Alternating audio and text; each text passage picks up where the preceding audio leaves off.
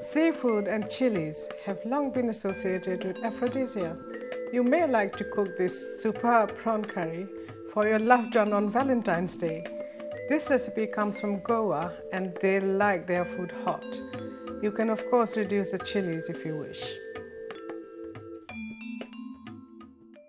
Right, now we're going to cook a Goan prawn curry, jinga caldine in Portuguese. To begin with, you do need to clean the prawns. If you buy shell-on prawns, which are really the best, they have the best flavor, just take the shell off, which is quite easy to do. What you may find difficult to do is to devein the prawns. That's very important. You do need to devein the prawns.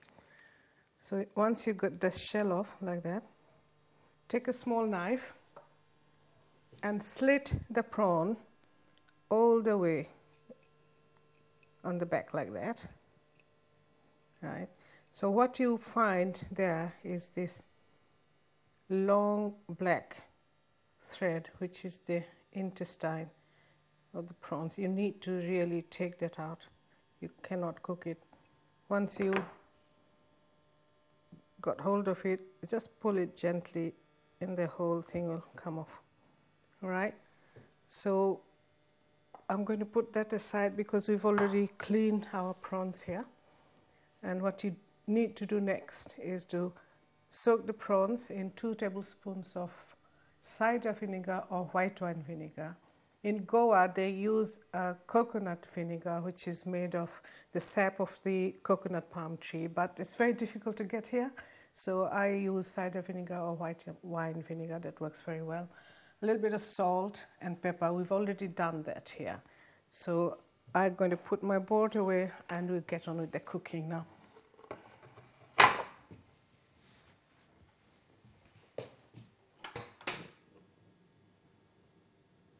Right. Some oil in the pan.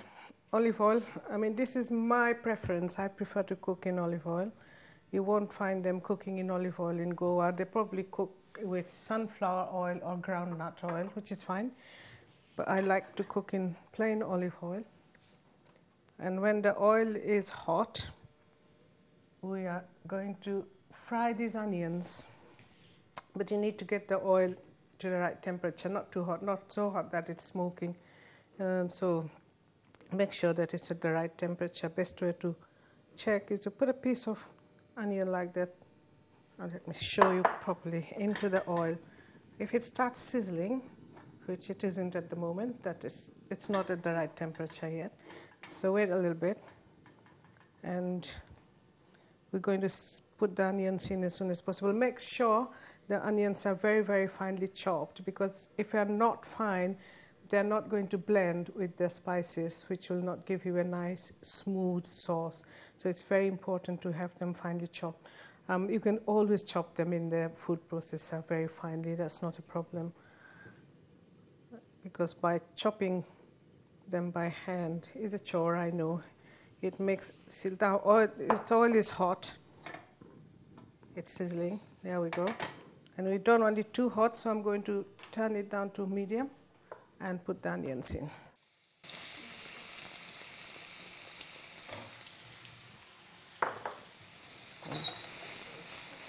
This is going to take 8 to 10 minutes, but in the meantime, I'm going to mix my ground spices together.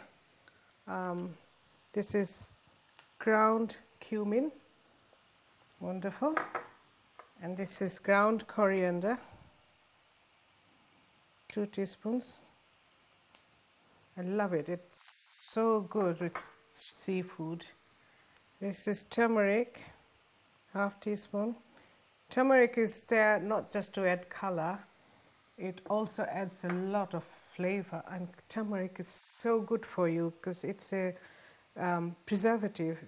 Sometimes if you buy fresh fish and you haven't got time to cook it, just sprinkle a bit of turmeric and put it in the fridge. It will preserve it fresh and raw up to 48 hours. Now, they like their food hot in Goa, so I am going to make it really truly Goan style. So I'm going to put quite a bit of chilies. It's 1.5 teaspoons of chilies. All right. So what we do here, the reason I'm doing it like this is, let me just skip with my onion stir. In Goa, they would actually grind all the spices freshly together. They'll make a paste. So that's what I'm trying to do here, although these are pre-ground spices. There's nothing wrong with that, as long as you preserve your spices properly. Don't leave them in the packet that you buy them in. Just 1-2 tablespoons of water. Always decant your spices into a nice airtight container and keep them in a dry, dark cupboard away from direct sunlight, and they will last much longer than you think. And there's a nice paste here which will be added to the onions. Onions have a few more minutes to go, probably about 3 or 4 minutes, I think, and then we'll be ready to add the spices. Okay, the onions are now ready. Just look at them. Wonderful, smells beautiful. Great. I'm going to put my spice paste in now.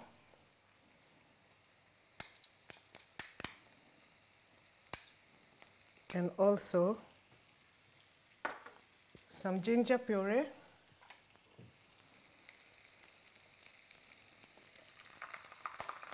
About 1.5 teaspoons. Some garlic puree. Well, you can put 1.5 teaspoons, 2 teaspoons if you like more, because it doesn't really matter. It's just up to you, individual taste. I do like a lot of fresh ginger and garlic in my curries, as long as you cook it long enough to get rid of the raw taste. There's absolutely nothing wrong with that. Here we go. It's now, this is important. We have to cook this out until you get rid of the raw smell,